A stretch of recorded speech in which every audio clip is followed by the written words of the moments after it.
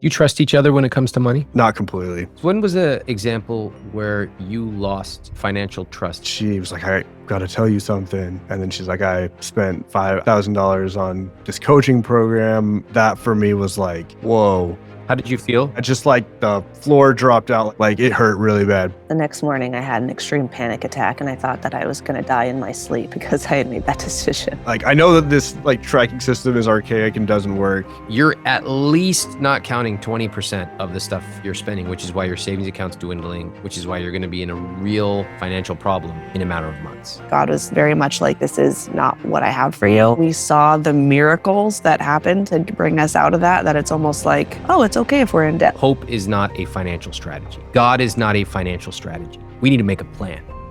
Alex and Jackie live in North Dakota. He's 34, she's 33, and they are raising 4 children under the age of 8. Let's take a second to just acknowledge how amazing it is that they could find a few hours to spend with me today. In his application, Alex said this about Jackie. In 2024, she took us $15,000 into debt for a photography business course so we could make more money. It took 9 months and a lot of miracles to pay it off. And I've had a lot of trouble trusting her financially after that. Now, there are layers here. Today, you're going to hear how their faith shapes their money decisions, sometimes as guidance, but other times as a crutch to avoid responsibility. And before we dive in, I want to hear from you in the comments. When was the time you lost trust with your partner over money? What happened? And did you ever get it back? Today, the question is whether they can stop repeating the same cycle and finally build a plan that they will both follow. I'm about to open Alex and Jackie's conscious spending plan, which breaks down their net worth, income, and where they spend their money. You can download and create your own CSP for free at iwt.com/CSP. Assets, $300,000. Investments, $98,000. Savings, $16,000. Debt, $224,000, which leaves them with a net worth of $189,000. Their gross income is $91,000. But here's the real problem. Their fixed costs are 87%. That means that almost every dollar they earn is already spoken for before they ever get to savings, investment, or guilt-free spending. And with 4 young children, that is a very dangerous place to be. Can these two learn to trust each other and pull themselves out of this financial hole? Let's get into it right now. When I help people think about their rich lives, the main thing I often say is get more specific. People say, I want to travel more. Okay, this is your rich life. Get more specific. Are we talking about a month-long honeymoon to Europe? Are we going to Disneyland for 3 days? Are we going on a trip to Bhutan? Get more specific. When you're on vacation, who are you bringing? Where are you staying? Are you eating anything in particular? These are all examples of things that my students in my money coaching program have done as part of their rich lives. I want to share the specifics of how other people are spending their money in amazing ways and saving and investing so that you can finally get unstuck. In the program, you get access to a monthly money call where I dive into specific different topics like how to build your rich life, how to break down conscious spending plans, and then I answer your questions live. You also get access to the entire library of past calls, including how to spend money to create magical travel experiences, how to buy back your time, and how to find an extra $1,000 per month. We have tons of virtual events coming up every month in money coaching, and you can join right now at iwt.com/money coaching. That's iwt.com/money coaching to instantly become a member right now. Alex, in your application, you wrote something that really caught my eye. You wrote constant bickering about spending. Yeah. I track everything meticulously, but we still overspend and I blame Jackie. What's going on there? I'm able to track things and meticulously organize things and have a lot of trouble with what to do with that. And leading in or I guess like leading in a way that makes us both on the same team instead of me putting myself in this role where I feel like I have to be like a taskmaster or in charge or something. I see. And what does it feel like to you to be in that role? It feels like I'm a farmer running after like 20 chickens and nothing works and it just feels like loud chaos. Who are the chickens in this example? Well, I guess Jackie. And in what ways, taking the metaphor and extending it, does it feel like you're chasing after her? Yeah, I feel like I want and need reassurance of, hey, I'm committed to living within the means that we have right now. And I'm aware of where we're at each month. And I care about that. And I'm taking that into account as I make purchases. Do you feel you have that reassurance or no? Most of the time, no. Sometimes, yes. Okay. Jackie, curious what your reaction to that is. I feel sad because like there is some element here where I do feel like he is in control, and not in the bad way. It's just I've managed my money in a way that it's like, oh, Alex is the tracker. Alex is in charge. Alex is the one, and I forget to text him sometimes, a lot of the times. And now we're at the point where we're not even texting. What is texting? What does that have to do? Texting means what? Yeah, so that's how we track our budget. So whenever we spend something, we text each other how much we spent. So if we're at the grocery store, we just checked out. It's like, okay, I spent $200 at the grocery store, and we send it off. What? And because Wait a minute. Hold on. What? Am I in the Stone Age right now? Can you just pull up your phone? I just want to see, like, what do the texts say? I know you haven't done it in a while. That's fine. Just go back to the last time you did. I want to see what some of them say. okay. I live for this. All right. What do you got, Jackie? $40 groceries, $307 groceries, $26 groceries, $21 Angelic Gardens, $162 Target groceries, $125 like bird curriculum for homeschool. Bird? What? Oh, you homeschool your kids? Yes. Okay. And you bought a curriculum for how much? $115. Okay. I notice you're avoiding eye contact as you say that. All right. How often do the two of you talk about money? And we can include these texts, but also talking. Via the text, almost daily. Mhm. And then talking about it, gosh, I'd love to hear your perspective too, Jackie. But I think it's like it was almost every day, some sort of comment or something, almost every day. Yeah. And then, but like in terms of a actual sit down, full conversation about it, we were meeting weekly to talk about budget, vision for the family, homeschool, all the things every Friday. But then some of the kids would go down late and we wouldn't do that. So That's impressive, though. How long were those meetings that you used to have every Friday? an hour to an hour and a half. And we weren't just talking money, we were talking beyond that, but money was a piece of it. It was big vision. Yeah. Cool. Wow. That sounds great, honestly. Very rare and extremely impressive. Do you trust each other when it comes to money? Not completely. No. Jackie? I trust that he is not going to spend anything. So yeah, yeah. I have a follow-up to that. Does not spending anything make you good at money? No, it's horrible. No, I'm like, no. But I think that's what I can count on him for. I can count on him not to spend money. Jackie, what can he count on you for? To either not know what the budget is like, to overspend, and to not communicate about money. Okay, that's pretty interesting. Alex, would you say that is why you applied to speak to me today? Yeah, definitely part of it. I definitely know that I've created an environment. Like I know that this like tracking system is archaic and doesn't work, right? That's why we stopped using it this month, especially after filling out the conscious spending plan. It was very clear, like why have I been wasting all this time?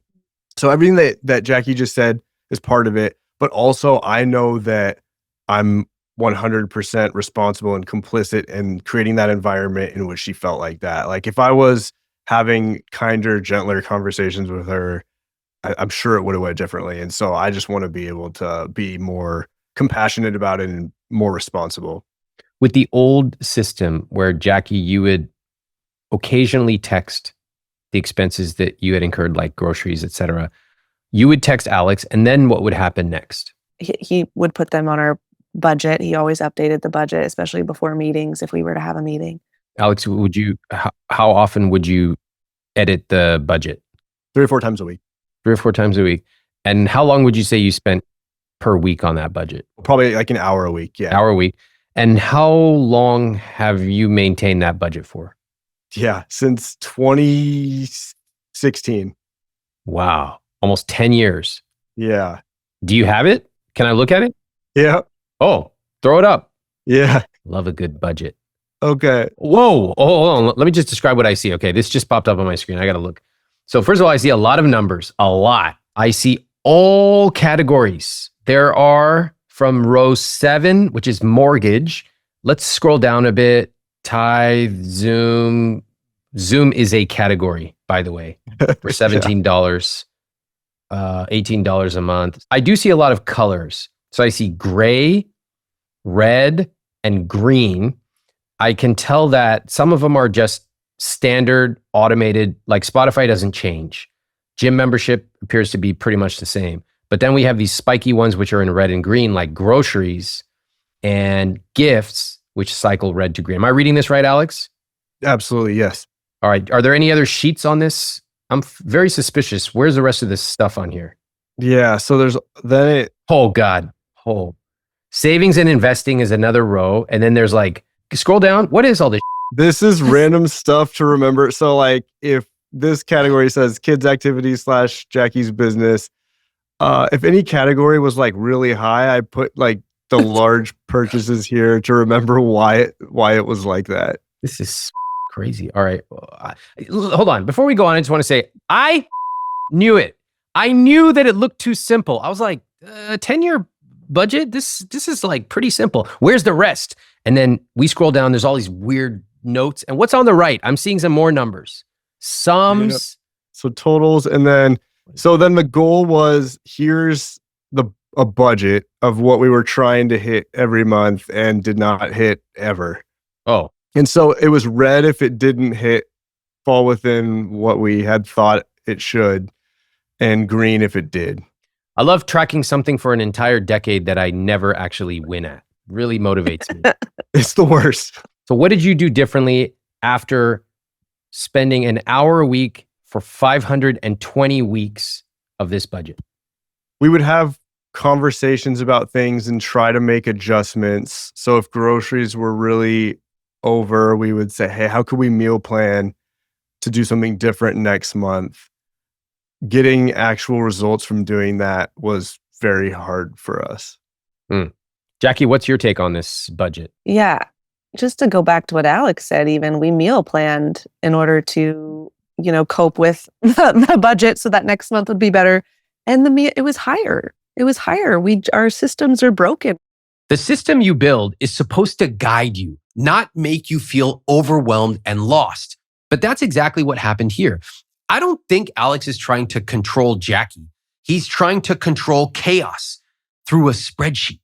10 years of budgets, over 500 hours, and they still feel like they're drowning. Do you see why I hate budgets? How many people have come on this show totally overwhelmed by their financial situation, and yet they are meticulously tracking every freaking number?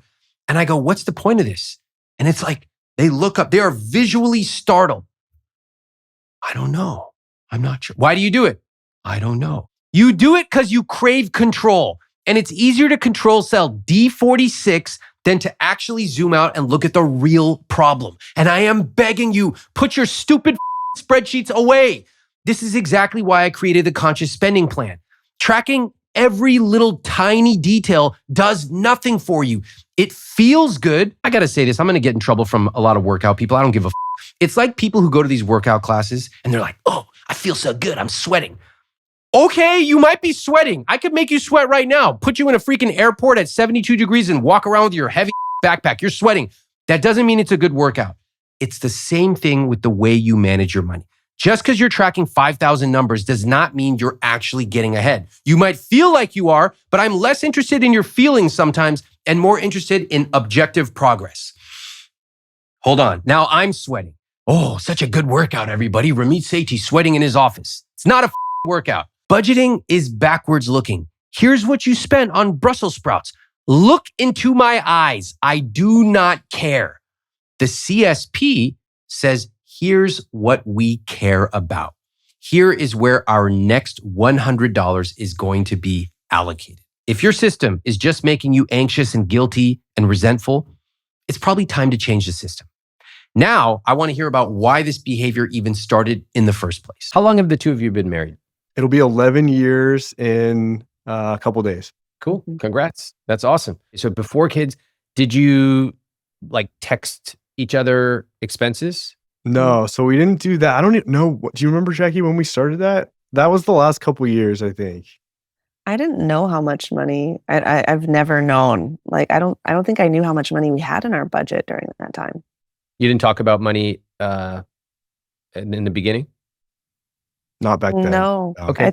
When was the first time you substantively talked about family finances? The first time I remember was, so let's see, we got married in 2014. 2015, I quit my job and I was the sole provider, and from a financial standpoint, and we were a couple $100 away from running out of money completely. Whoa. And I was looking at our account on my phone and we were in bed, and I turned over to Jackie and said, our rent's due in, I don't remember, 15 days. We have $300. What are we going to do? And she looked at me and she laughed and said, well, there's nothing we can do except for go apply for jobs and go make some money. And the next day she applied for a bunch of jobs and got 5 job offers, and then got a job at a coffee shop and started making money like that week. Wow. What do you make of that, Alex? What do you make of Jackie's response and her reaction? Man, she just doesn't have the stress that I have and the need for control that I have. And I admire that freedom and secretly wish that I could be like that. But I also don't see how, if both of us were like that, how it would work. What about you, Jackie? Hearing that story, reflecting back, what do you notice about your reaction?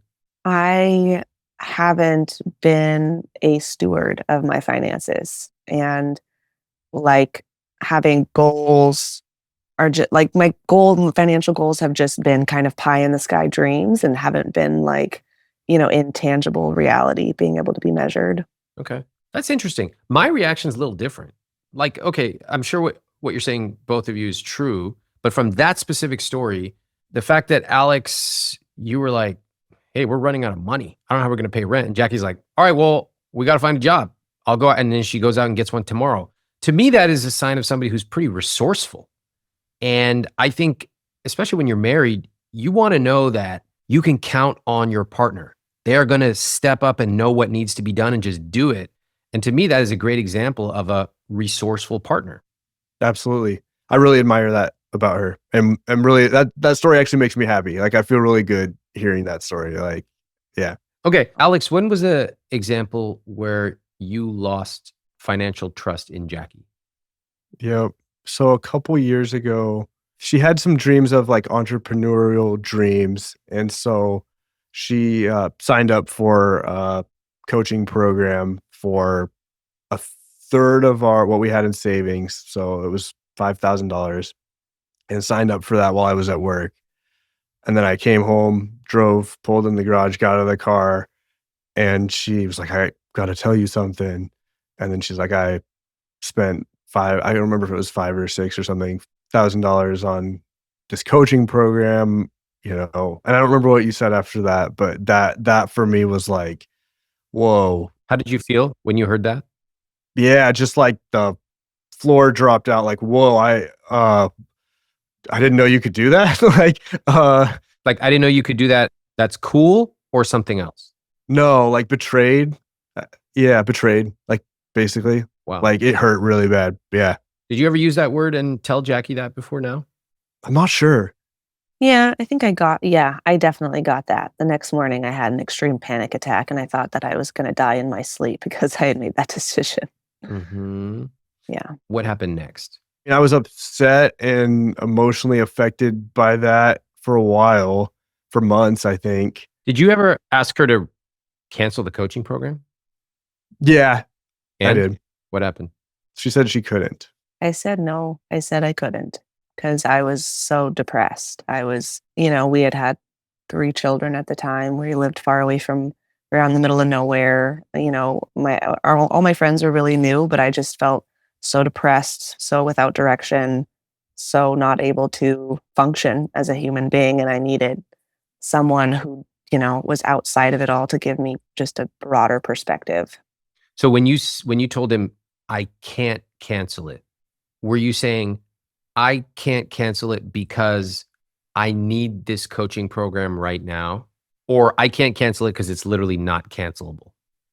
I can't cancel it because I need this right now. Okay. Alex, did you understand that at the time? No, I thought it was not cancelable, as in like no refunds, can't cancel it. Did you just learn that just now?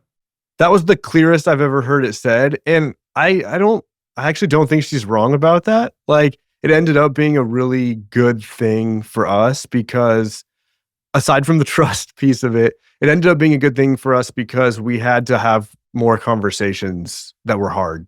And I think that was a good thing. I don't think he knew at the time how you didn't know how deeply depressed I was. I don't even think I knew. Mm-hmm. Did the coaching program work? Yeah, it didn't work. I signed up for it in order for our finances, but what I got was just that, like, Jesus loves me. I don't even know how to explain it, but like, my coach was more spiritual, and it was exactly what I needed for the whole year. What type of coaching was it? Tony Robbins coaching. Okay. So, and like when you say I originally signed up for our finances, what do you mean by that? One of the goals that they have you fill out on the intake form was, what's your goal? Mm-hmm. And I was like, oh, I want to be able to make $40,000 this year. That way I can contribute to our family. Alex doesn't have to stress anymore, about money. I don't have to stress anymore about money.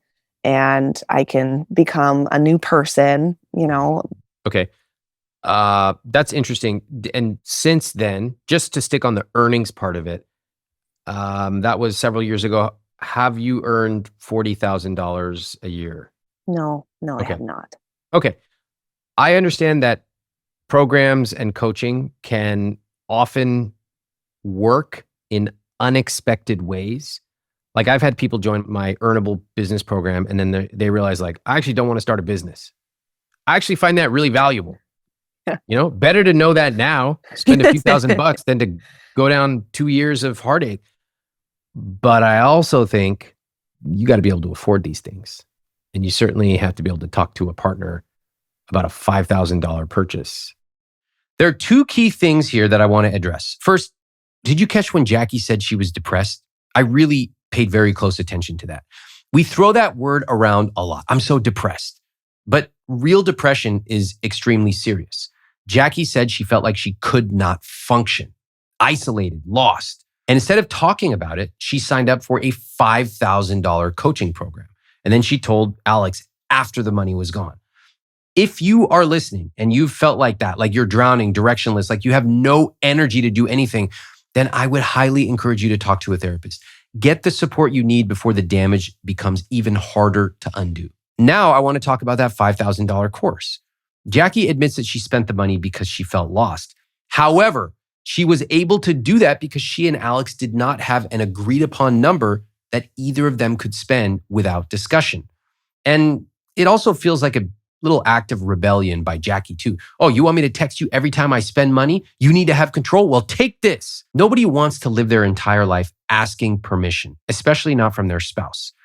There is a simple fix here. Set up a clear spending threshold. If you are below that number at the end of the month, amazing. If you are above that number, well, first of all, don't get above it. But if you do, then it is your responsibility to bring it up and come up with a plan going forward. And if necessary, discuss why you might want to adjust that number overall. The point is, you have to start somewhere more nuanced than simply spend as little as possible. If I say the word money, how do both of you feel about it? Jackie? In this moment, sad. You feel sad about money. How come? Because I don't have enough to give and live the life that I want to live. It's hard. It's a point of contention in me, and it's been a point of contention in me for essentially since that time where I decided like I was going to try to like hustle and like and just also being super dishonest about what I wanted to do. It's like my dream job, right, is to be a songwriter. And yet when I put all of my energy into photography, it was not fulfilling at all. Yeah, Yeah. I hear that. There's a sorrow in looking at some of the choices that we made. Sometimes the results that they got us, sometimes that we made a choice out of fear instead of what we really wanted to do. I can understand why even bringing up the word money can make you instantly sad. Okay. Alex, how about you? When I say the word money, how do you feel? Like dizzy and confused and conflicted. Feel like I should want to make a ton more money or care about money a lot, but my emotions don't match that. Like my emotions feel kind of resigned. Oh, resigned. That's interesting. I wouldn't have expected you to say that. I would have expected the opposite. I would have thought you would have said, I feel like I shouldn't care about money, but I actually do. Mm. And I say that because your behavior of tracking money for a decade kind of communicates that. It's very hard for people to spend an hour a week for a long time on something they don't really care about. What do you make of that? Yeah. I'm open to that for sure. It feels like that I liked the system though, and not the money piece of it. That I like just fiddling around with like systems. And if you can even call that a system. It's a hobby. Yeah. I think I understand a bit. Let's take a look at the CSP. Jackie, I would like you to read the word in bold and then the full number next to it for this entire box, please. Okay, we have assets, $300,000. Investments, $98,358. Savings, $16,000, and debt, $224,953. Total net worth is $189,405. Okay. What do you think about those numbers? Jackie? There's regret tied into it. I still think there's a lot of regret tied into these numbers. So that's how I feel. Okay. What regret? Just, our first decisions, like me not getting a job right away. You feel like it could be more had you done that? Yes. Okay. All right. Alex, how do you feel about those numbers? Just unsure of whether they're good, bad, how it matters. Yeah. I really appreciate the honesty in your answers because I think what you both just told me is actually how pretty much 99% of Americans feel about their numbers. First of all, they don't even know what their net worth numbers are. These are 4 numbers: assets, investments, savings, and debt. You just add them all up, make sure you subtract the debt, and you have your total net worth. The vast majority of people have never done this. So that's part 1. Part 2 is, all right, what the hell does this mean? We need to turn money into meaning. Just seeing a number, whether it's negative 52,000, 189,000, or 1.8 million, what does it mean? We are not taught to think about that. And so we just sort of ignore it like the way Jackie did. Your first word was about regret. You kind of went back into this story. I'm like, let's talk about the numbers. But numbers are just numbers to us. They actually don't really change the way we feel unless we are trained on how to think and feel about them. Okay. All right. Let's keep going here. Let's talk about income. Alex, can you give me the combined gross monthly income, please? Yes. 7,664. All right. So the household income, which I think is your income exclusively, right, Alex? Okay.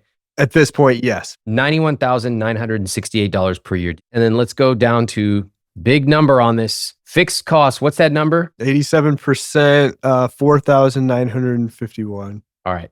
So 87% of your take-home pay is spent on fixed costs. That's it. That's the ball game. When you're at 87%, I never even need to meet you. I can already tell you're stressed out about money. So let's take a look at the rest of the CSP and see how it plays out. Investments are at 2%. That's $90 a month in post-tax with a 401k contribution of $460 per month. All right. Savings at 0. And your savings amount in the bank is $16,000, which is about 3 months of expenses, roughly. Okay, 3 months of fixed costs. And then finally down to guilt-free spending, we are at 11% or $651 a month. Is that number true? It's not what we're spending way more than that. Exactly. Okay. That's what I thought. So then if we go back up, you're in debt. So I want to ask about the quality of that debt. What is this $224,000 in debt? Break it down for me. Yep. Everything in that is the mortgage, except for we owe $5,000 on our car. On your credit card. No. To a family member who loaned us money with no interest for the car. Oh. Yep. No credit card debt. Oh. So hold on. You're telling me you spend way more than $651 a month. Where's the money come from? Our savings. It just goes down every month. You're drawing from your savings, like each month? Yeah. What did your savings used to be at the peak? At the peak, right before we bought our house, we had 35,000 in there. Mm-hmm. How long until you run out of savings? Right. I haven't ran that calculation, but it would eventually, a couple years. Maybe sooner. Yeah. Jackie, what do you think about this? I feel like my attitude is the same as that time. It's like, okay, well, let's go make money. Like I'm like, okay, well, let's be resourceful. Okay, well, what are we doing? Like that's why we're having meetings so that we can, really get a bigger vision. With Alex and Jackie, you can see the pattern. They are reactive instead of proactive. Their fixed costs are too high. Their savings are shrinking every month. And when things go wrong, they retreat into spreadsheets and meetings. It's all so dreary. What they really need is a system to get them off the hamster wheel. And if you are in the same spot, if you're tracking every dollar, you're having endless money talks that just feel so negative and nothing's really changing, you don't have to figure it out alone. I cover exactly how to build a real system inside our money coaching program. You can sign up at iwt.com/moneycoaching. Right now you make $91,000 and you are spending more than you make every month. Let's say you made $150,000 a year. Would it change the financial dynamics that we see here? 100%. Tell me how. We would have guilt-free spending with groceries. I feel like every month there's this expectation that it's less than, $1,400 or $1,300, however much, there's that threshold. And it's just not. Like it really is just around that number each month. Okay. And, so that wouldn't be that much. But then we would have the freedom to, redo some of the parts of the house that really stress us out. And, that like, feel like everything would be organized in a better way. And I feel like right now things are just disorganized because we have this mindset that we don't have enough money. Wait a minute. Hold on. I asked if you make $150K, would it change? You were like, absolutely yes. I was like, how? And then you proceeded to tell me all the ways that you would spend more money. We would spend more on groceries. We would spend more on home renovations. And like, by the way, things would somehow be organized somehow, some way. Isn't this the problem? If they're not organized at 91, how are they going to magically be organized at 150? Well, I guess we could set a higher savings budget, I guess. Let's take a look. Net income or take-home pay after taxes and pre-tax withdrawals, $5,692 a month. Your mortgage is $1,567. Your car payment is $370. Okay. Debt, zero. Kind of interesting though, even though you have $5,000 owed to family, you're not making payments on that, right? Oh, I put that in the wrong category then. So $200 a month is going towards that, and then from that 370. So then 170 is gas. I wasn't sure where to put all that stuff. All right, let me just fix it. All right, fine. That's fine. Groceries at $1,550 a month. Okay. Clothes at $100. Phone at $148. Tithing at $569 a month, and subscriptions at $123 a month. What do y'all think about those fixed costs? Groceries sticks out to me as being really high. We have 4 kids, but still it feels pretty high. Okay. Jackie? I mean, groceries is as much as our mortgage. Yeah, that's true. Groceries and your mortgage are the same. Yeah. What else? Like if you just zoom out, how do you feel about the overall way that you are spending your fixed costs? Well, I don't like the result Keep going. because of the tension that it's creating in our marriage. You had mentioned earlier, we could save more. kind of unclear to me where you would get the money to save more. Right. I think that's where it was like, oh, if we made 150K, we would have more to save more. Hmm. Yeah, I think that's probably true. You would probably be able to save a little bit more, but my guess is you would end up spending just as much. Yeah. Do you have a list of things, Jackie, that you want to buy when you're financially able to? Yes. Hmm. What's on that list? Yeah.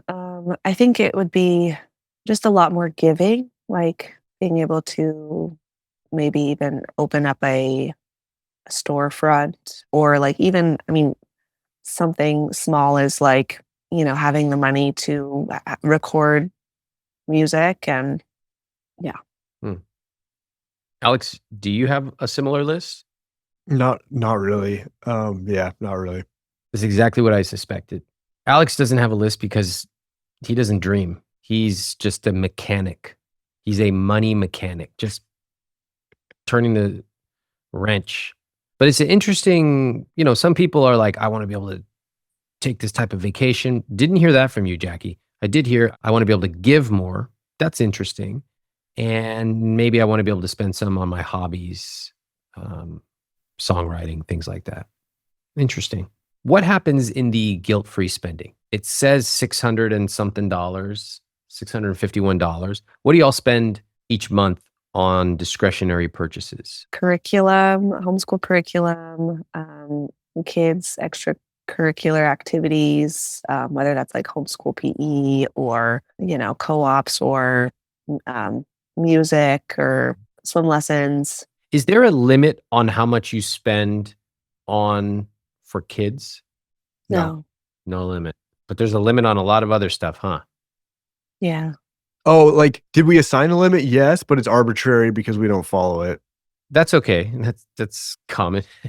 But just the idea of like, can you imagine saying no to something for kids, something that they really want or that you think they really need for financial reasons? I can.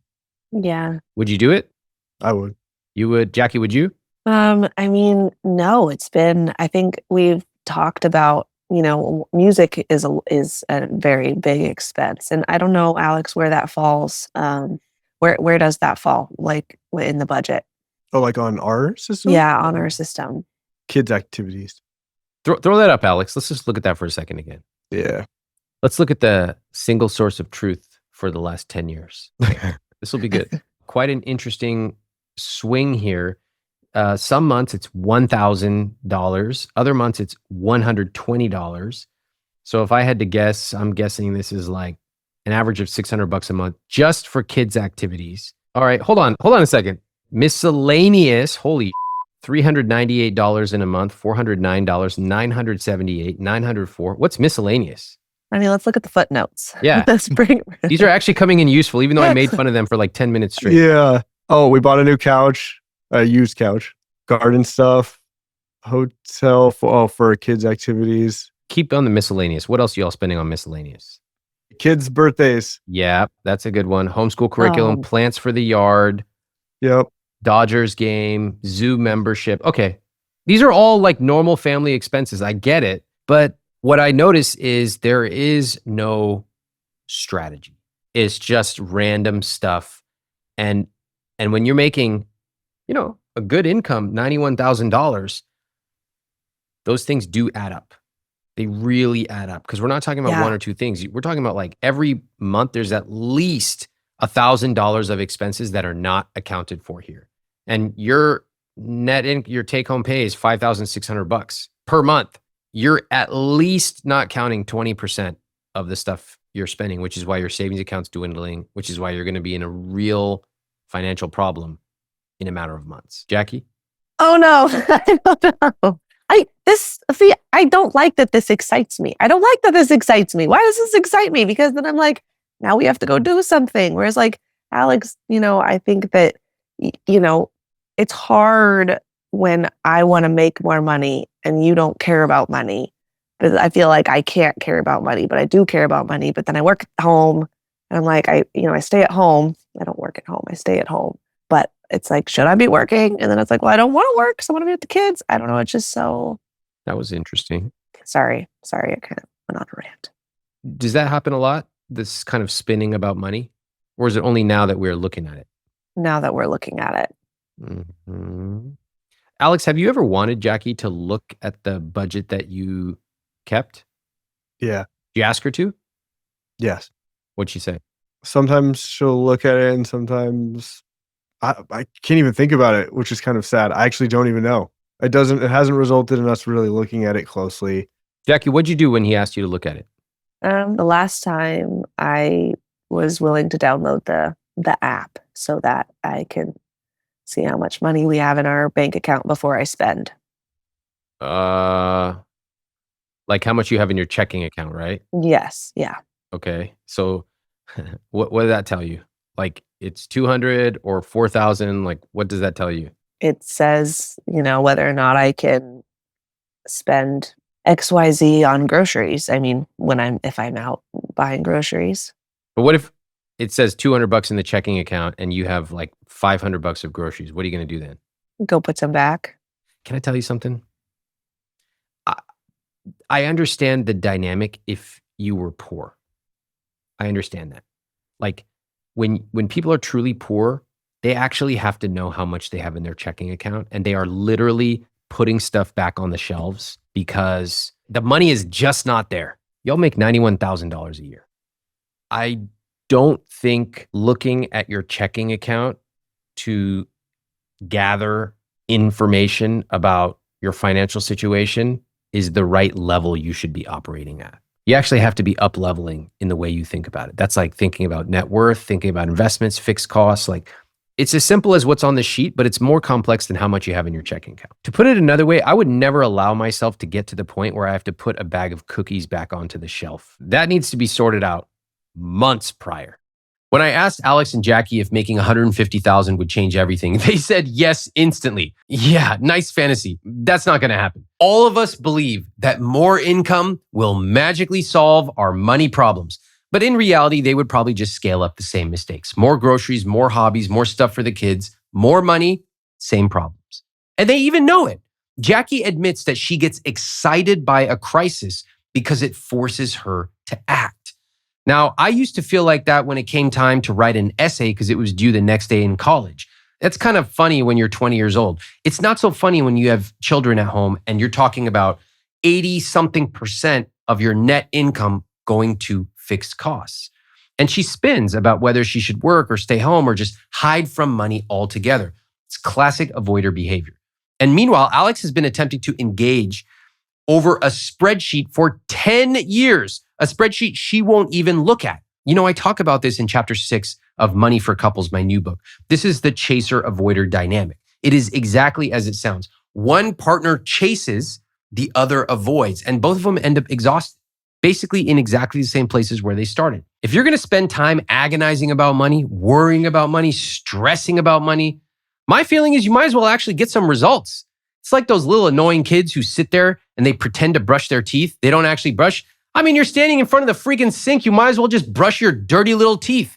Get that filthy plaque off it. I'm not going to name who, but I was taking care of some little kids. My limited experience with kids, I did not realize they lie about brushing their teeth. So we're like, all right, go brush your teeth. They're like, yeah, I brushed my teeth. And then I was like, what's this antenna going up in the back of my head?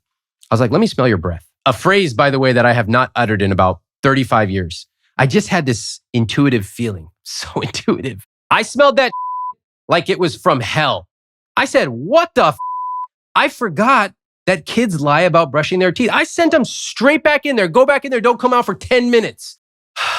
Every parent on this podcast, I really feel for you. I truly do. Some disgusting happening in bathrooms across America. All right. Now, back to Alex and Jackie. The truth is, unless they break this cycle, they're going to be having the same fights 10 years from now. I'm not going to allow that. I want to find out where their relationships with money came from right after this break. What do you remember your family saying about money when you were growing up? Sure. We didn't talk about it a ton. I remember being told to never, like if I've ever put anything on a credit card, to pay it off that same month and never carry credit card debt. I remember when I was 15, my first job was a busser and I made tips. So I put everything into my savings and I only spent tips. And so in my head, if I'm not saving everything, it's not enough. But that's not what my parents never said that, but that was what I sort of picked up from that job because I did that when I was 15. And what did your parents do? My dad was in he worked for an insurance company and Okay. was in like sales management. My mom was a kindergarten teacher. Okay, got it. Were they religious? Yeah. They were. Okay. And you two are both religious, correct? I saw the tithing. Mhm. Yeah. Cool. What'd they teach you about money besides save and pay off debt? Yep. Always give 10%. Mm-hmm. Be faithful with that no matter what, and it will pay off. Okay. That was pretty much it. I mean, and give if you can and help people out. They were really good about that. And then after you graduated, you got a series of jobs. Yep. What'd you do with the money? At first, we were saving a lot, Mhm. and then we had 2 times where it dwindled. The first time was because of quitting that job, basically for mental health reasons, having no income for 6 months, blowing 16 grand in 6 months. A lot of parallels. You had money, you saved it, you only spent the tip, and then something happened. After accumulating all this money, you spent it down. Then it happened again. Here we are again. It's at least the third time. What do you make of that? Yeah, I don't know where it came from, but there must be something stuck in there about this is the, like, level of person I am or some amount of worth Mm. tied into that or, like yeah, I don't know, like, it's hard because I feel like I'm grateful for how much I make and how much we have, and I wanna steward it better. I don't know, it's all a tangled mess. That's, like, as far as I got. Okay. All right. What about for you, Jackie? What do you remember your family saying about money when you were growing up? A lot of it, my mom being a single parent from in my elementary years, and it was like, we don't have the money, or, we took, I think, one family vacation, and it was like the most special time ever. But yeah, we didn't have the money to do or to have the things that I wanted. Mhm. Even, when my mom got remarried, the conversation was, we're not going to buy those clothes. Those are too expensive, or we're not going to do that. And yeah, but the focus, but we spent money on other things. Like we ate out very regularly. Mhm. So the money was there, it's just that our values were different. All right. So you get older, Jackie. Did you go to college? Yes, yeah, Alex and I met in college. Oh, cool. Okay. How did you pay for college? My parents paid for college. And well, the first quarter I paid for it because I had actually run away from home at that point. And so all the money that I had saved since I was 16 to 18 Mhm. had gone into a bank account. And when I ran away from home, I took that money Mhm. and I decided that I was going to pay for my first quarter of college and then see what happened. Basically, just living on faith. I didn't really have a plan. You mind my asking, why did you run away? Yeah, I ran away because I didn't feel like I could talk about my feelings and that they would be heard or recepted. Mhm. Your family. Yeah, Yeah. yeah. But then one quarter later, your parents began paying for your college. How did that happen? We met and there were apologies made. And so I think there was just like this was the plan from the beginning. Like they had already planned to pay for me to go to college. Mm. So, it was like, okay, let's just resume the plan. What is your relationship like with your parents now? With my mom, it's good. I feel like there's been a lot of forgiveness present, so that's been good. And your dad? My dad actually just passed away 2 months ago, so Oh, I'm sorry. yeah, that's okay. So just like, and he was like my best friend, so just like, and he was the money guy. At the same time, looking at his lifestyle, like if he would have shared his knowledge, he would have been able to make more. Mm. But he was just such a good, like funny, really good at his job, really a go-getter, very resourceful. He started working for an RV business about 3 years ago, and he just took it to number 3 in Yuma, Arizona last year. And I was just so proud of him, like he just like had a strong work ethic. But whenever it came to like, Dad, like, how do I do these systems? Or like, will you teach me? Like, he was just so secretive about it. He's like, I can't tell you the secrets. Like, I can't, like, What do you mean? he didn't share. Like, he didn't share how he did it. He didn't share, like, I would always make comments like, Dad, I should just come down and be your apprentice for like a year. Like, I would love to do that. What did he say when you told him you want to apprentice with him? He just laughed it off. He just, he always held me at an arm's length away. Like, he just didn't know how to be present with me. That is confusing and Yeah. sad and beautiful all at the same time. I really appreciate you sharing that. Sorry for your loss. Yeah, thank you. Notice the pattern here. Alex was told save, tithe, never carry credit card debt.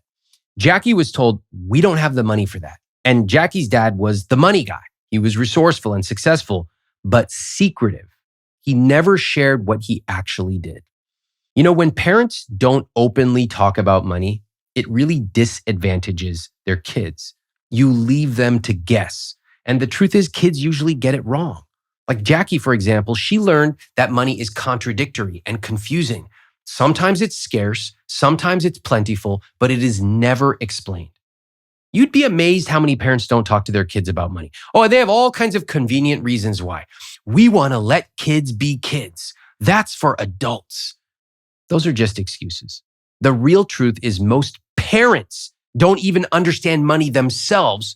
So how can they ever teach their kids about money? Their lack of money education to their kids is more shame than strategy.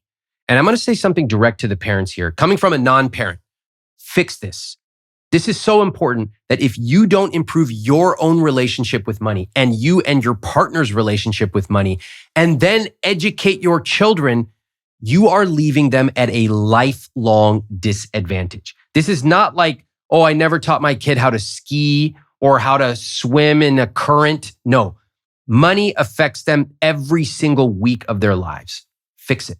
Alex and Jackie never got that education, which is why today they are still chasing and avoiding, still replaying those childhood money scripts. And you can see exactly how those scripts are shaping their relationship right now. When you both think about the way that you were raised with money, with your families from being young, what lessons do you think you're bringing from your childhood into this relationship with money? I mean, for me, definitely the 10% tithing every month, regardless of what the circumstances are. Mm-hmm. I don't think I've ever missed that, ever. That's, and then having like an extreme aversion to debt. I think those are the two things that. Not that extreme. You have debt. Right. Yeah. Right. So talking out of two sides of my mouth, it feels uncomfortable, and I feel uncomfortable about it every time I think about it. Okay. Jackie? But to speak to that too, Alex, I think like because we were in debt and we saw the miracles that happened to bring us out of that, that it's almost like, oh, it's okay if we're in debt. Like, do you feel like you budged a little bit or compromised in this area of debt? What's this miracle we're talking about? I purchased another program after the Tony Robbins program. Okay. And it was $16,000 instead of $5,000. And I did ask Alex this time. Well, what kind of program was this? It was a photography Okay. business, essentially going back to school to get your studio certificate, kind of. Okay. So you spent $16,000 and then? And then I made $6,000 that year. Uh-huh. And so I didn't make the money back. And so we had $9,000 in that we owed on our credit card in November, and we knew that it was going to hit again in April.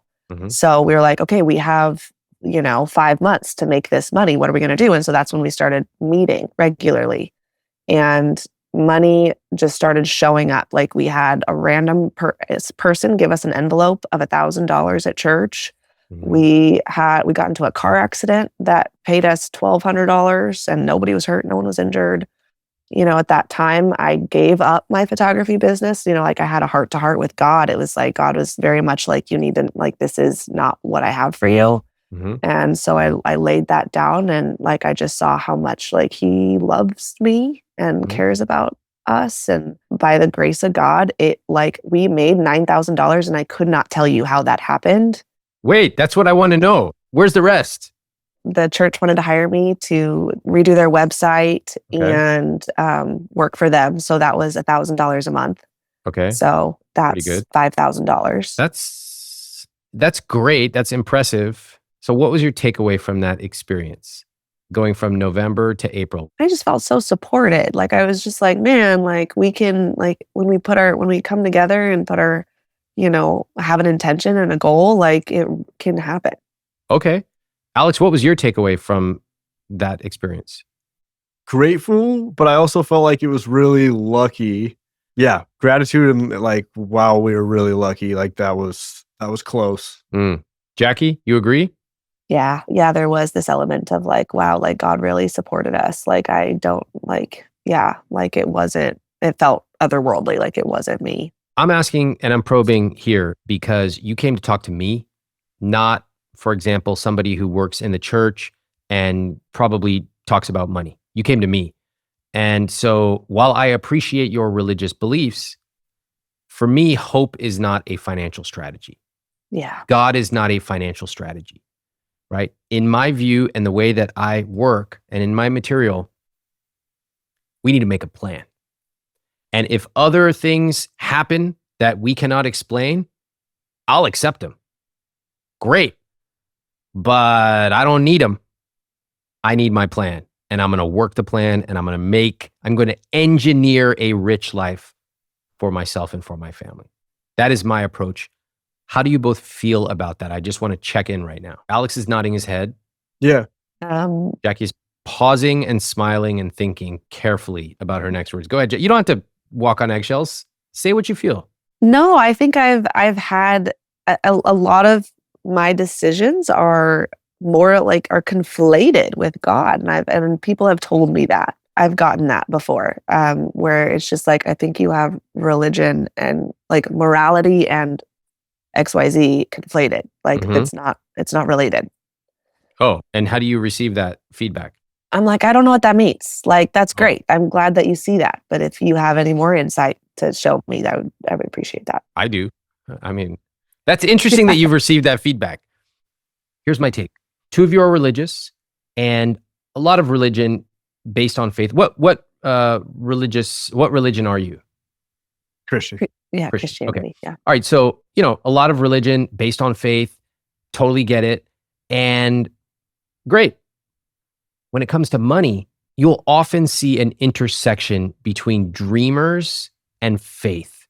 Dreamers, one of the 4 money types in Money for Couples, dreamers will use words like, if we are good people, God will provide. They'll sometimes say things like, I don't want to work a 9 to 5. I'm not into that. They will look for alternative types of income streams, often finding themselves in things like MLMs, crypto schemes, things like that. They often believe that success is just one gig away or one deal away. And if we just get this one thing, if we just increase our income to 150K, like problem solved. We can pay off the debt. Dreamers don't usually like to engage about money. And I find it very interesting that you have shown me some really strong clues that you will engage about money. You're like, hey, break it down for me. Or I'm getting excited. Or, oh, we can't make the payment? Got to find a job. Like, whoa. So you have this interesting dichotomy, but I am almost certain that your faith informs the way you see money. If we do the right thing, if we sit down, we will be provided for. Maybe. I hope that's true, but I can't depend on that. I need to make a plan, and I need to make sure that even if nothing external happens to us, this plan works. How does that strike you? Yeah, that it feels very secure. Whoa, what do you mean by that? Well, inside of hoping, it's like there's a lot of reliance on God. And while I love relying on God, I would love to rely on God for other things and not financial security. Love it. Maybe God needs to take a break from the financial advising. Yeah. He's got other things to worry about right now. Listen closely to Alex and Jackie's story. They talk about miracles and luck and envelopes of cash at church. But in reality, they can only afford to talk like this because they have a built-in bailout, an interest-free loan from Alex's family. This is the hidden cost of relying on miracles. You start to live as if someone will always step in to save you. And sometimes they actually do. A family member floats you money or a windfall shows up. But each of these bailouts just reinforces the idea that we need to wait to be rescued. You don't build a real system. You don't make hard choices. You simply wait for the next rescue to appear. Well, rescues don't last forever. At some point, the money doesn't show up. And when that happens, you are exposed, especially because you never learned how to handle money yourself. You know, the funny thing is that when Jackie's back is against the wall, she actually stepped up very well. She told Alex, I'm going to go out and get a job. She did the next day. But why do we have to wait until you are running out of money? People living their rich life never wait until their back is against the wall. They make plans well ahead of time. That's why I'm pushing Alex and Jackie so hard here. Faith can bring comfort, but in the long term, faith doesn't pay the bills. A system does. So let's bring it back to trust here. When the word trust gets brought up, it's like a red flag for me. I lean in. I want to know what's going on. So when we reflect on what has happened in the past with money, we have Alex who says, I sometimes trust Jackie, but not always. Alex, you've created this Byzantine system where Jackie has to text you all this stuff, right? And then what do you even do with it? You like fiddle around with it, you process the data, but does nothing. And then we have the history of buying these, what I might call dreamer purchases. You know, if I buy this multi-$1,000 course, nope, not that course. Actually, let me buy this course. Like it'll all kind of, this'll be the one thing. What do you notice as I illustrate what I've heard today? Jackie? I mean, I'm definitely a dreamer. I mean, yep. Okay. I mean, you've nailed it. How do you think being a dreamer affects the dreamer's partner? Oh, yeah. Probably has them running around trying to catch all the chickens because there's so many dreams. So I'm not the chicken. It's my dreams are the chickens. Wow. Well said. Yeah. Alex agrees. Yeah, I do. That's true. Because I love her and I support her. And that's why I, went along with the things that I was brought into. But, it's hard. Yeah. One of my favorite things is when people go through an experience and then they take away completely the wrong message. And I kind of love it, Like they're like, hey, Ramit, I was running late to this thing. So I decided to run the red light. I was going 80 and there was a cop. They turned on their sirens, but then they took a left. And I realized as long as you are going 80 and your car is green, cops don't pull you over. I go, what the f? That's not the takeaway from that story. There was a bank robbery and you just got lucky because they had to go to something more important. That's the wrong takeaway. In some ways, I feel there might be the wrong takeaway here because the takeaway of, oh my God, we have this debt. So you both sat down, you both had an honest conversation about your financial situation together. There was a sense of urgency. We have this many months. Third, you made a plan. And what did you do during those months, by the way? Were you meeting regularly? Some might even say religiously, all the time, never missing it, right? Yes, sir. Yeah. And then good things started to happen. Now, I'm glad good things started to happen. That's awesome. And perhaps there was something in the air. Perhaps it was faith. Perhaps you were more attuned to opportunities like at the church. Great. Doesn't matter to me. But the fact is you were doing specific behaviors. All right. And then once the debt was paid off, what happened to those meetings? It got sporadic. They stopped. And then the debt or the spending has gone up.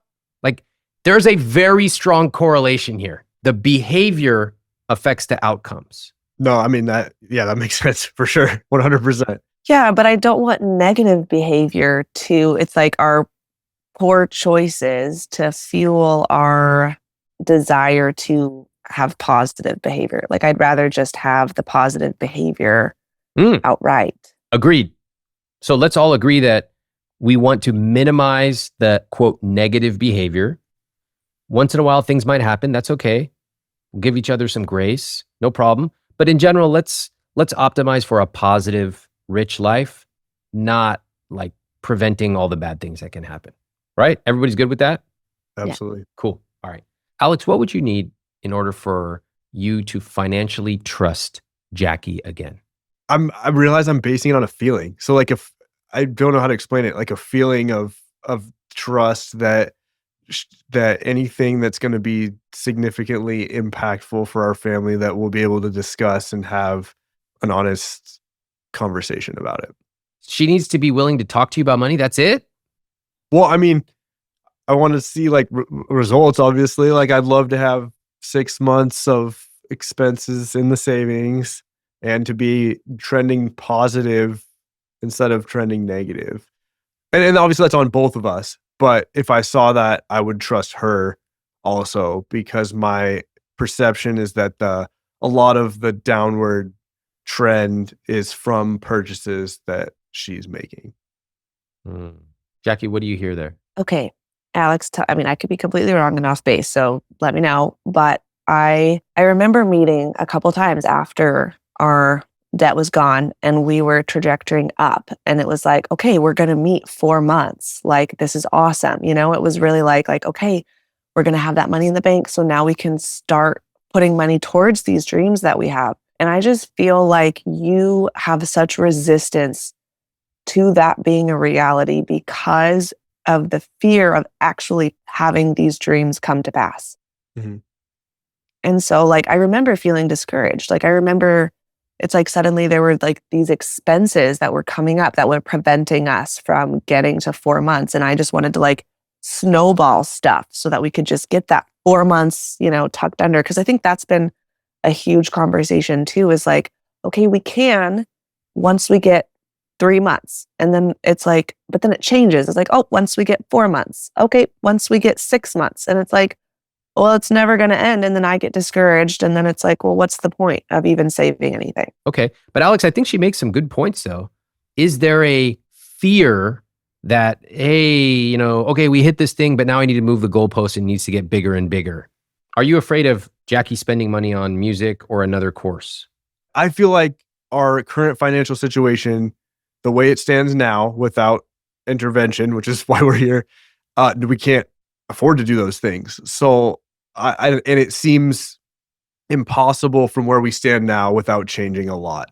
And Mhm. so, yeah, I guess like there is a fear of like, hey, it doesn't show up to me as a fear, but I'm totally open to the fact that it might be. To me, it feels like reality says, hey, if we're losing money every month, we can't we don't even have enough to cover expenses if something happened. I don't feel comfortable spending that on music. So that's what it feels like to me. Can you both be right? Yeah. Jackie, is it possible that Alex is right? You're spending more than you make. You're in a critical financial danger zone. And you are also right that you want to eventually be able to record some of your songs. Yeah. Yeah, totally. That's good. I'll tell you something. Life cannot simply be putting out fires for the rest of our life. How do both of you feel about that? I Amazing. love that. That's why both of you have to be involved. And I actually have a lot of confidence you can do it because you've proven in the past that you can do it. Like you sat down, you made those freaking meetings, you put those kids to sleep. You said, we have a goal, we're going to solve this. And you did. The problem is that you did it in a very episodic way. Mm. Means like a one-off way. Let's just do this one thing, kind of like fix it. You basically put a patch on the wall and you're like, this thing looks good enough. We're out of here. We can't do that. This is for the rest of your life. It is a totally different relationship with money. And we're going to tackle it by looking at the conscious spending plan. Okay, Jackie is a dreamer, but I relish the rare opportunity to work with a dreamer because wanting to spend money is not selfish. It's normal. It's actually healthy. That's why guilt-free spending is an integral part of my system. Money is meant to be enjoyed. The real problem isn't Jackie's desire to spend. It's that she and Alex don't actually have a real plan. So of course, spending feels episodic and arbitrary. And when Alex changes the rules, like 3 months of savings or 4 or 6, of course, Jackie feels like she'll never get her turn. This is why it is so important to have regular monthly money conversations and a conscious spending plan that you both understand. They focus you on getting clear about what you actually want, what you need, cutting back on the things you don't care about, and even protecting the things you really do care about. A monthly money meeting allows you to create space for both partners to share your dreams. Now, you can do this on your own. You can use my Money for Couples book that just came out. I have the exact words to say. Or if you want us to help you do it even more and make it effortless, you should just join my money coaching program. We do this. We meet every single month. You are going to love it. As for Alex and Jackie, it's time to face an uncomfortable truth. Here are your numbers. My assessment of these numbers is that you are in considerable danger. I'll tell you why I see that. When I look at your income, you're at $91,000 gross, and you have a big family.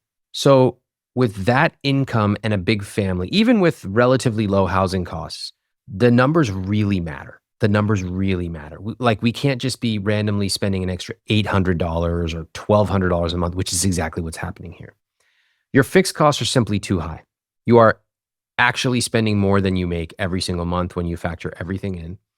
And you are putting yourself at risk because you don't have very much going to investments and your savings are at zero.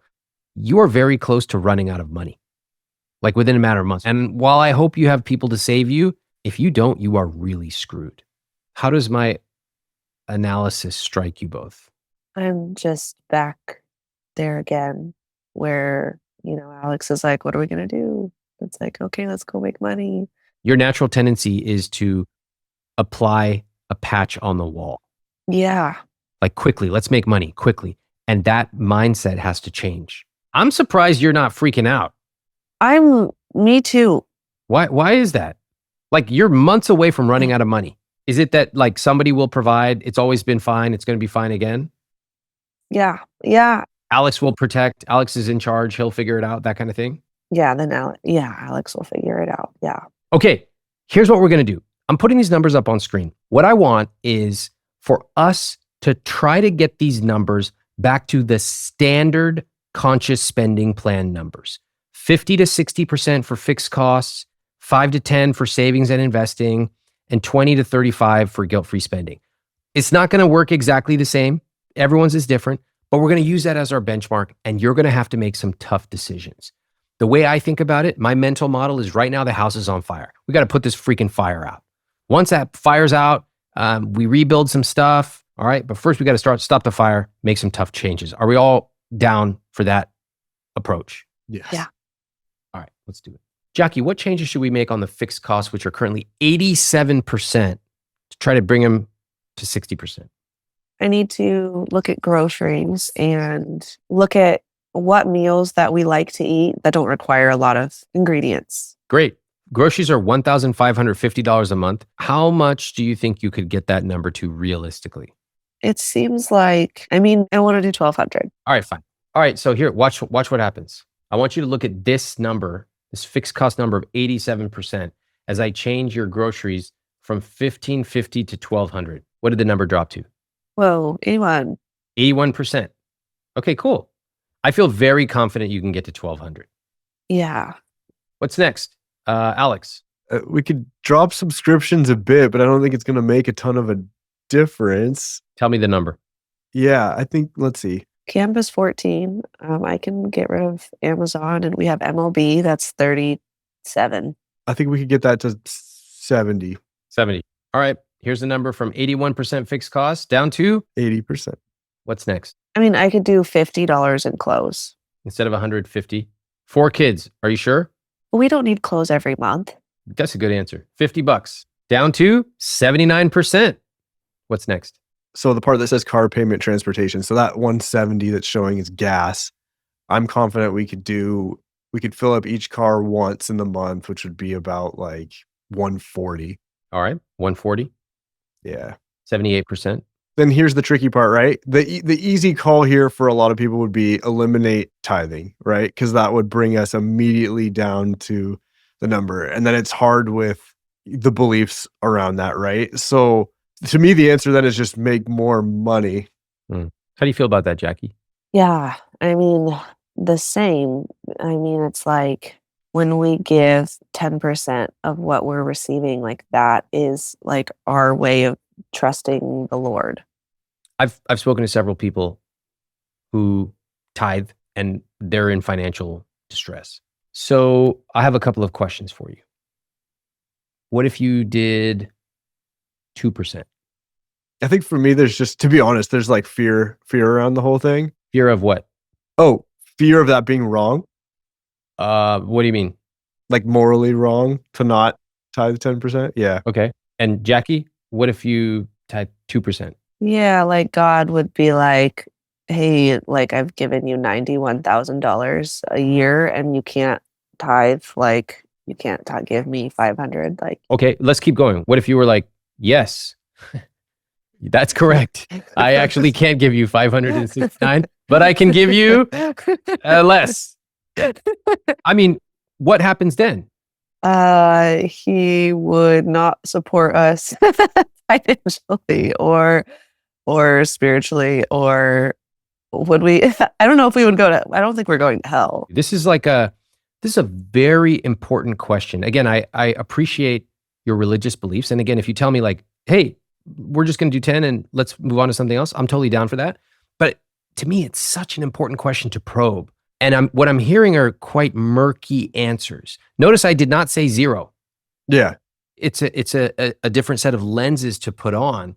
Again, I'm not saying give up your religious beliefs, not at all. In fact, keep going to church. Like when I was growing up, we would go to our temple, our gurdwara, and we would do something called seva. It's like we would serve people food and we would like pass out prasad and stuff like that. That's how we do it. And there are lots of ways to do it. I know tithing is how you were raised, Alex. But what I'm trying to do is kind of expand our possibilities here, because $569 a month. Right now, you've made all these changes. You've essentially cut almost everything you could, and you are still at 78%. Yeah. You are broke. Yeah. Jackie, what's going on for you? I see you thinking. I just don't know. I mean, I've never considered tithing and what that would, how that would affect me mentally and spiritually, and just Okay, fair enough. Alex, what about you? Yeah.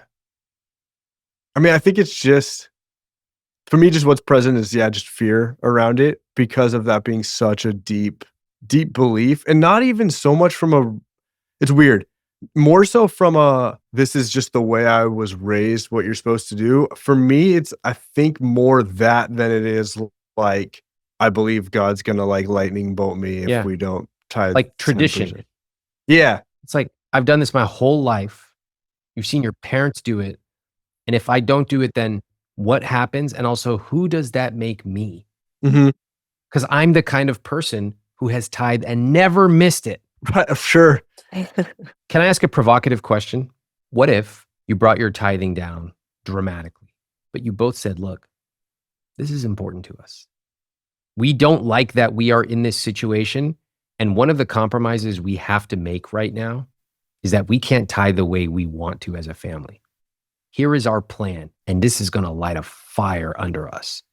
Number one, we are going to pay off our debt. We're going to build up our emergency fund to this amount. We're going to set our investments and get control of our money. 2, once we hit those numbers, we are going to increase our tithing by 1%. And then at the next milestone, 1%. And eventually we will bring our tithing back up. And when we hit XYZ milestone, we may even pay back the old tithing that we missed. But right now our house is on fire and we have to protect our family first. How do you think that would go over? I think that I'm in support of that for sure. Yeah, I mean, that sounds like the slow growth that you were talking about. Yeah. Wow. So you would both be open to that? Yeah. Yeah. I love that. Okay. That's amazing. One thing I really like about talking to both of you is this is like perhaps the most fraught question of all that we have discussed. This goes deeper than a number on a spreadsheet. This is who you believe you are, your relationship with God. And even still, when I'm pushing and probing, you are listening and you're dancing with me. And I appreciate that. That to me shows me you are ready to make some changes. It's really moving. Like, I'm really moved right now that like the possibility that God doesn't like that either. And that like he wants to help us get back up to 10%. Great. Yes. Let's make it happen. Yeah. All right. Here we go. So I'm going to take this $569 a month and I'm going to drop it to $50 just to see what happens. From $569 a month tithing at 10% to $50. Watch this fixed cost number. Whoa, what just happened? Dropped to 69%. 69%. What do you both think of that right now? It's a lot better than where it was. Yeah. Yeah. It's a bit high still, but It's we are within high. striking distance. It is way better than where you were. Way better. I thought this was extremely interesting. In almost every situation where I've had somebody on the show and they tithe to their church, I'll ask them, are you willing to change that? Almost 100% of the time they go, nope. And you know what I say? Fine, we'll work around it.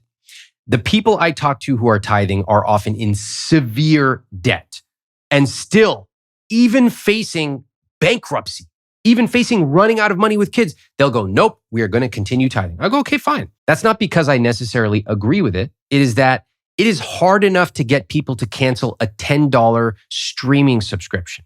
You think I'm going to get someone to cancel something that is part of their identity? Not likely. Instead, my approach is, let me acknowledge that's important to you. I'm totally fine with it. Let me show you what else we can do.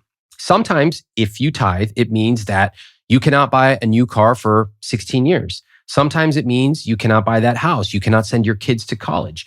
I just want to lay out the ramifications in black and white, and then you decide what's important to you. In this case, as I asked them, I could tell they were slightly open to changing it. And that's why I decided to go down this path and take some time to show them a different way of thinking about tithing. Notice that I did not try to get them to cut it to zero. That's not my place. It wouldn't work. Instead, what I was doing was understanding what it means to them and then showing them different options. Most of us operate in the world of money in a very simplistic, sometimes even childlike way. I like this, therefore I pay for it, and that's it.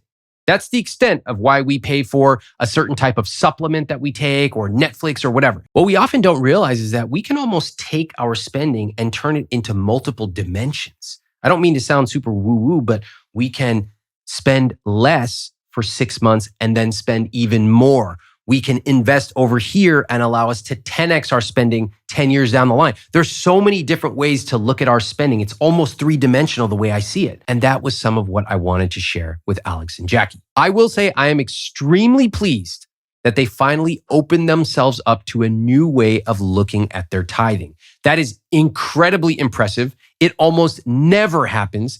And in my opinion, it's a very positive sign for how flexible they are willing to be in order to live their rich life. So all that extra money that we just cut dropped all the way down to your guilt-free spending. Right now, you have $1,653 per month to spend or allocate however you want. Now, obviously, we don't want you to be spending that much because you have other priorities. What are those other priorities? Savings Yeah, you need savings. and investing. Yes, savings and investing. I would say probably even, I might argue prioritizing savings because your current savings of $16,000, just very risky, very risky. I do want to point something out. By bringing your fixed costs down, your savings now provide a longer runway. So you're at actually 4 months, which is good. That's good. I really like that. I think you should do more. So let's take some of this money, $1,653, and let's put it towards your emergency fund. How much do you want to do? Let's try it. If we get it wrong, we'll change it. Jackie? Okay, let's do 200. Okay, great. So $200, watch what happens to this number and this number. $200 a month means you are now saving 4% of take-home pay. Usually I like to see that number at 5 to 10%. Okay. Okay, so like right now we're not hitting the number, but we're within striking distance. And usually I like to see this guilt-free spending number at 20 to 35%. Oh, But can I ask you something? You're at 26% right now. What number, if you had to guess, since I recommend that most people are at 20 to 35%, what number do you think you should be at for guilt-free spending? Higher or lower? Like at the high end or the low end of that range? maybe the higher end? I probably would say the lower end or even lower because you have debt and you're not tithing. So how can you be spending more on like eating out and all this stuff if you're not tithing the way you want to? Totally. Right? Okay, cool. So I would probably have that number below 20%, which is almost like hey, we're going to, as a family, come together, hit these milestones as quickly as possible, and then we can loosen up and, go out to pizza once in a while. How do you feel about that? That's so good. Yeah. So I candidly feel we can do more than $200 a month, like a lot more. Let's bump it up. Really? I think so. Hell yeah. Tell me. Like, what's $800? Damn. I like it. $800 puts you at 14% for savings and 15% for guilt-free spending. Okay. Is there something about a bonus in here, Alex? Yeah, so that is something that I did not account for in the sheet. How much? 10% once a year in the spring. Oh, wow. $9,000. Yep. Wait a minute. That changes everything. So what do you do with the money? Well, that covers all the costs that we're bleeding. We're still overspending though. Still? I'm pretty sure.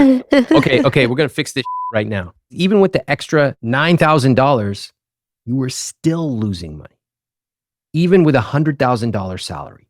So we got to fix that systematically. So what are you going to do with the $9,000 now? Because notice you are actually not overspending anymore. If you actually stick to this plan, Yeah. every month you are saving $800 a month. You've cut your tithing, you've cut your groceries. Okay.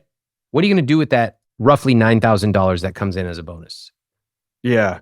Pay off the car. That's one option. What else? Throw them out. Put a ton of it in savings toward the emergency fund until that's locked down. You could do that. Yep. What else? I bump the giving back up. Here's how I might think about it. I always like to have rules for unexpected income, and we do it by percentage.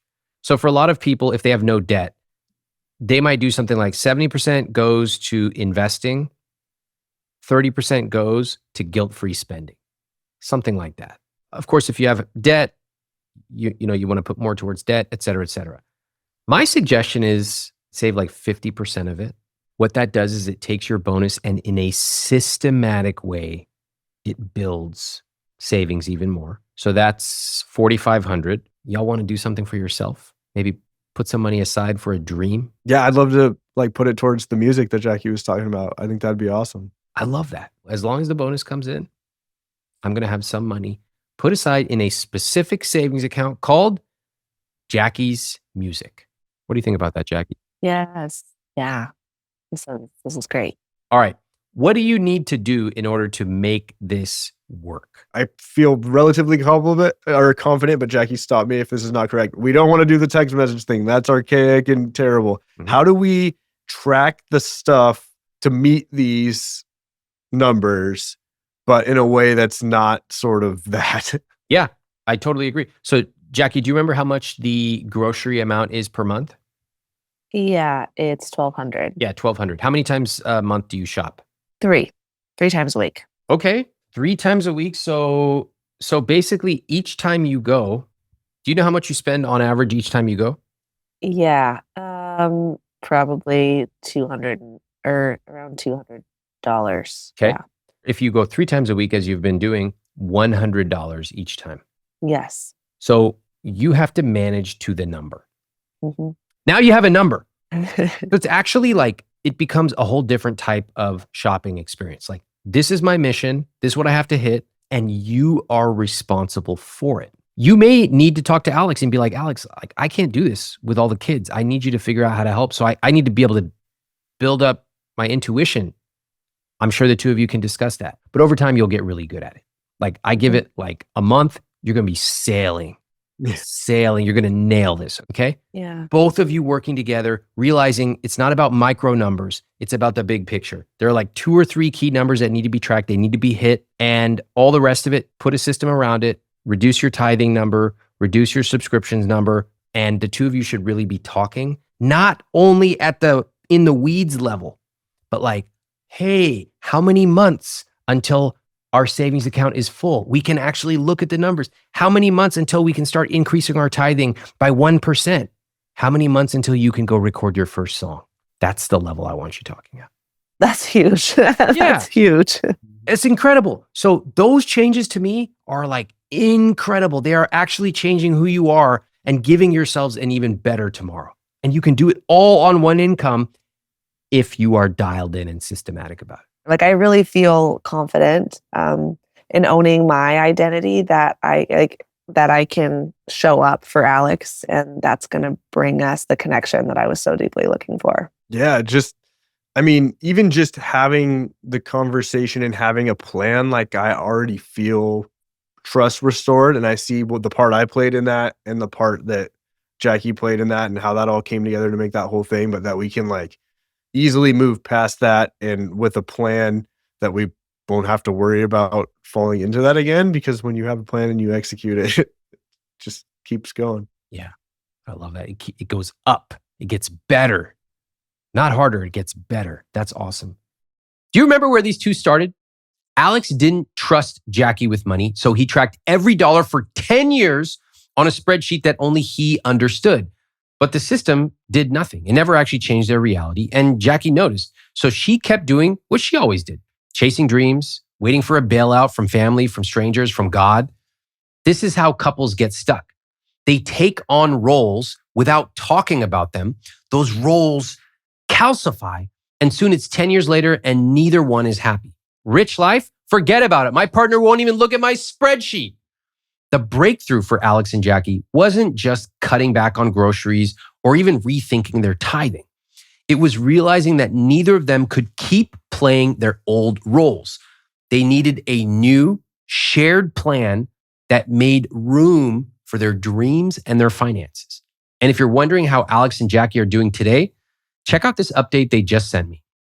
Biggest surprise working from Ramit was just that Alex felt like he had to manage my ideas. And I am genuinely excited about being responsible for my ideas, for sharing in this new partnership to create this financial budget that really works for the both of us so that both of us can be stress-free about ideas, dreams, and the state of our finances. My biggest takeaway has been that tithing doesn't have to be a fixed number, that it can be fluid. So that's been really freeing. We sat down and talked about the budget already that we're going to be using. I feel like there's just more intention and it's fun. It's become kind of a game. I already feel like things are changing in a really positive way.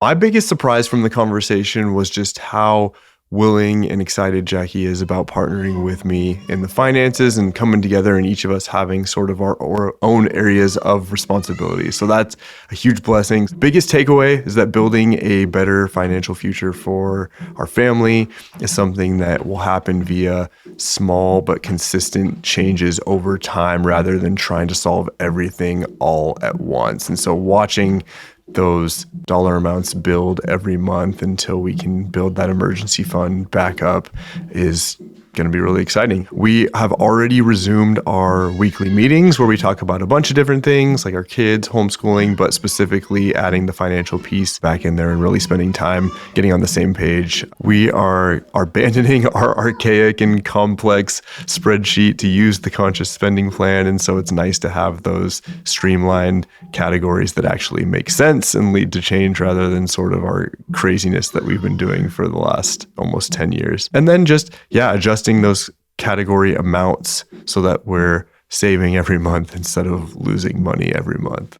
Been about 3.5 weeks since we chatted with Ramit, and the biggest insight I received is that I could be in control of my own spending. Right before, it was me texting Alex my spending habits, and he would keep track of it all in the spreadsheet, and I didn't get to see the numbers. And how we've changed our direction now is I'm in charge of all of my spending. So I've been given control back. I no longer feel out of control. And that's been really nice to have these categories really set in stone per se, but even combining guilt-free spending with groceries gives me a little bit of incentive because I'm like, okay, if I spend less on groceries, I'll have more in guilt-free spending. So there's a little bit of mind game I play with myself, but it's been really effective. We came in under budget last month with $8. So hallelujah. Thank you, Ramit, so much. We have been keeping track of receipts. We add up all those receipts at the end of the week, so we're not texting each other anymore. And the money has a place, especially when we're doing our weekly meetings. So thank you. Thank you. Thank you 1,000 times. It's changed so much for us. It's so nice to have self-control in one area. I just hope that it continues to bleed over into other areas. So thank you. It's been a little over 3.5 weeks, and the biggest insight that stuck with me is just the simplest one, which is that sharing responsibility for the finances within a partnership works wonders. And so Jackie and I have started doing that, and it's been incredible. We've just been sort of synced up in a way that we haven't been in a long time. So we're really grateful for that. We eliminated $50 worth of subscriptions that we realized we don't really care about or need. We have shared responsibilities with certain categories of the finances. We came in under $1,200 for the first time in a long time for groceries. It was amazing to just live within our means for the first time while still dreaming of the things we want to save up for and do. So not only did we put away the big chunk that we were saving, but we also spent a tiny bit less than we had planned on spending, and we didn't feel deprived in any way. So big changes have been happening for us, and we're really grateful for it.